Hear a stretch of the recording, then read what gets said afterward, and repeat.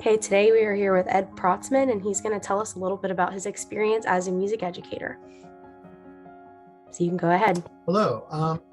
So I've been a band director now for about 27 years, and I have some really good experiences in different regions of the country. I started my career teaching in Pennsylvania, taught in 2 schools there. And then I had the opportunity in 2010 to move to the Kansas City area to open a brand new high school, which was kind of a fun change. Yeah, it was real cool. And while I was there, I was real happy with where I was and the job that I had. The Mason, Ohio band program came open, which is a pretty great band program, has a long history of playing at Midwest and doing well at Grand Nationals for Bands of America. So I applied for that and got that position, and I've been here since 2017. I have a master's degree from Westchester University in Pennsylvania in conducting, and I'm actually currently working on a doctorate of music education. It's an online degree from Liberty University. Yeah, so it's great. Cool. So, yeah. How's your doctorate coming? Go ahead. Well, I'm about halfway through, and as you know, working on your grad studies, it can be a challenge to balance life and work and grad studies, but I really like it. It's made me rethink a lot of things, and I think it's good to keep your mind, thinking about new subjects and different approaches and stuff like that. Awesome. Yes. So, one of my things that I'm super passionate about in the large ensemble world, because I think this doesn't only apply to band, this applies to chorus, choir, and orchestra as well, and jazz band, is the idea that we really need to be careful about the music that we pick for our students. We want to pick really high quality music, and we want to pick music that fits the culture of the program and fits the culture and the style of the director a little bit too, because it's kind of a three-way relationship there. You have the students, obviously they're the most important thing, and then you kind of have band, orchestra, or choir pedagogy as like a evolving thing, and then you have the band director or the choir director, the orchestra director. So I think it's really important that students coming out of school, getting their first jobs, maybe in their first couple of years of a job, find some summer classes or seminars to go to, where there can be some intensive talk in your area, whether it's choir, band, or orchestra, about what is the established repertoire, and what are some great ways of looking at repertoire and picking music, and then taking those elements and making them your own, because everybody's going to have a little bit of a different community. If you get hired at a job where the school has always played, let's say, pop music at their band concerts, you don't want to come in the first year and play just all really super serious stuff. You want to make a nice even flow and transition. So one thing that I always recommend with that is get a mentor. I think having some mentors is really important as teachers. Maybe some older choir or orchestra or band directors in your area where you can ask them questions about different pieces and different approaches. I recently saw a really great video about music education that Wynton Marsalis did a presentation at the Midwest Clinic, and his thing was, music is our curriculum, and so we need to be playing and rehearsing the best curriculum with our students.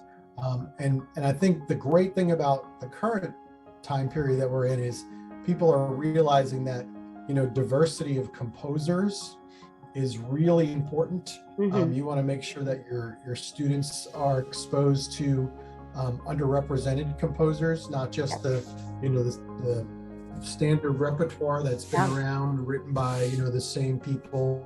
You want to be having pieces written by female composers and Black composers and composers of different cultures. And I think you really want to be looking at a piece, if a piece is written, about based on Chinese music from China, you want to make sure that the composer that did that really had a connection. It's not any kind of cultural appropriation or anything like that. Yes, for sure. So those are just some simple things that I think I'm pretty passionate about. Picking great music is really important. Yeah. What are your top choices for your bands? What are some of your favorites that you've done that you think have a good background and are strong and high quality?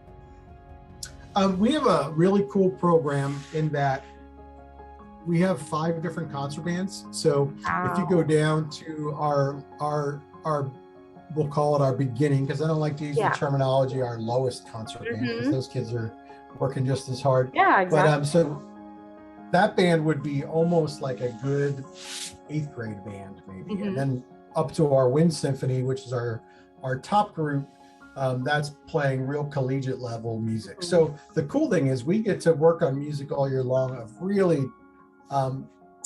varied levels. 2 composers that I really am enjoying right now for that kind of that grade 3 level music. Kalijah Dunton is a new composer. We're actually going to play one of his pieces called Stillwater, which is a grade 3 at the Midwest Clinic. We're performing. Congratulations! That's a giant. Thanks. That's a And accolade. That's then awesome.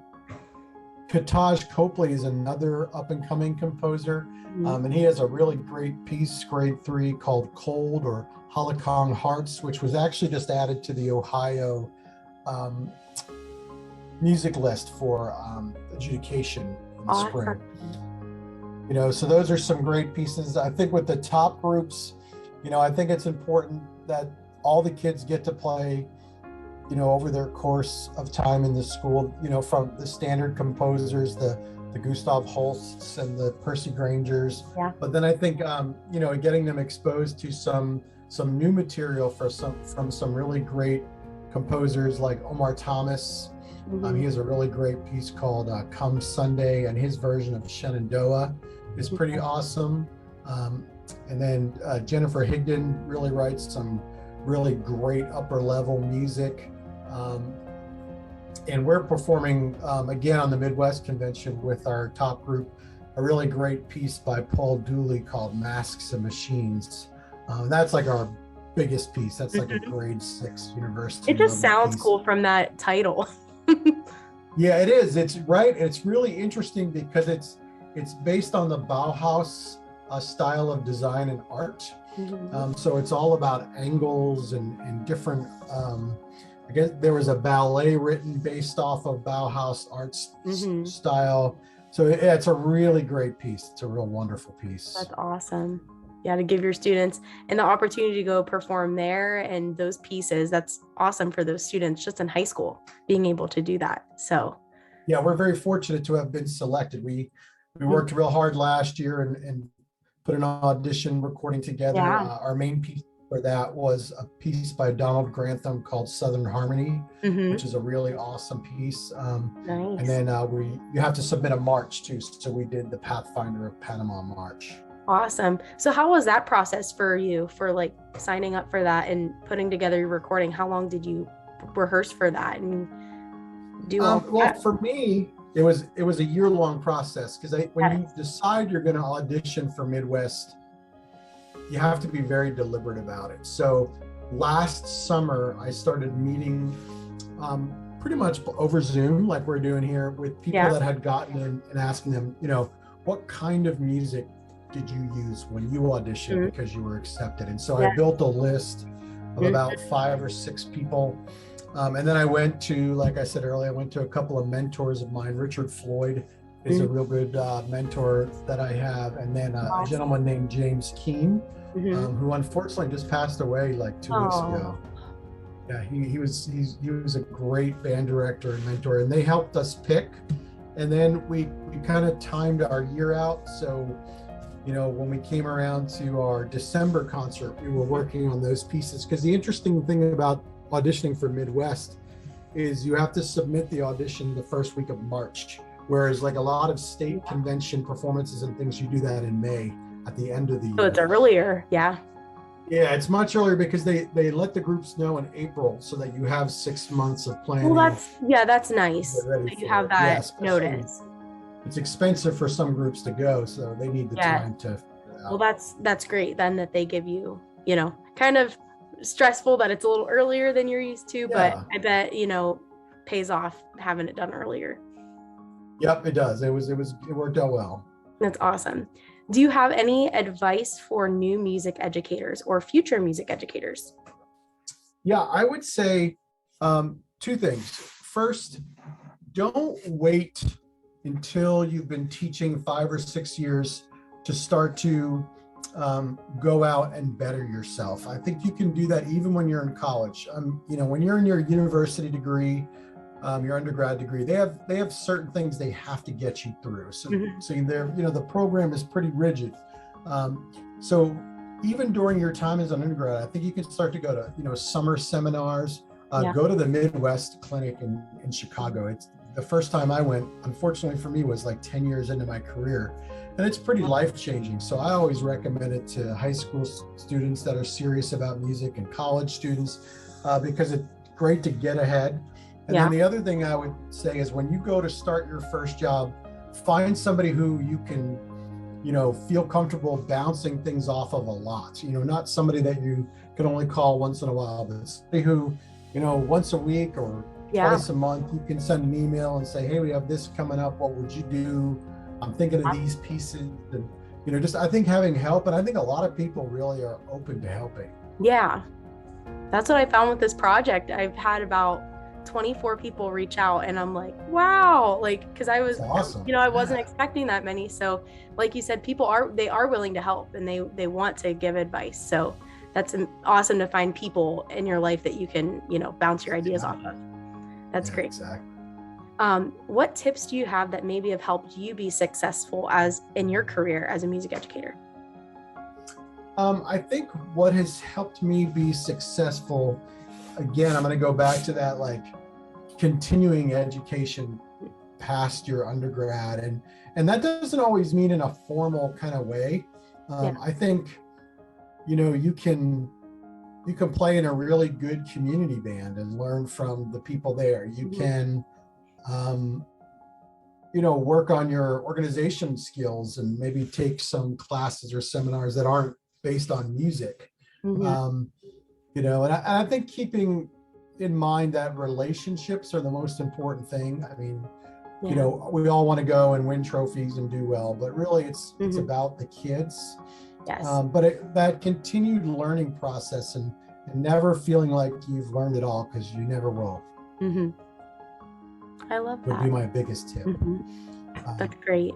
yeah. Especially the relationships, focusing on that. That's awesome. Yeah, it's important. Then now my last question is, what is one of your favorite memories or experiences that you've had as a music educator? One of my favorite experiences that I've had as a music educator.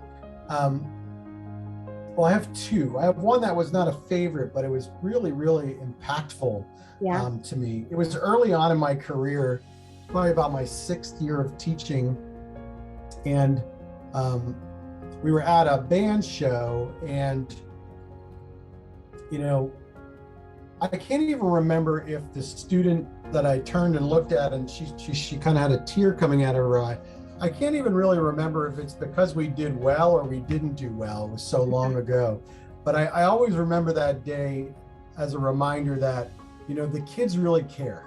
Mm-hmm. When they're in a group, they really care. And so we have a responsibility as directors to always give our best. Yes. And that doesn't mean our group is going to be bigger or better than the group down the street, because everybody has different resources and culture, but we always have to give our personal best.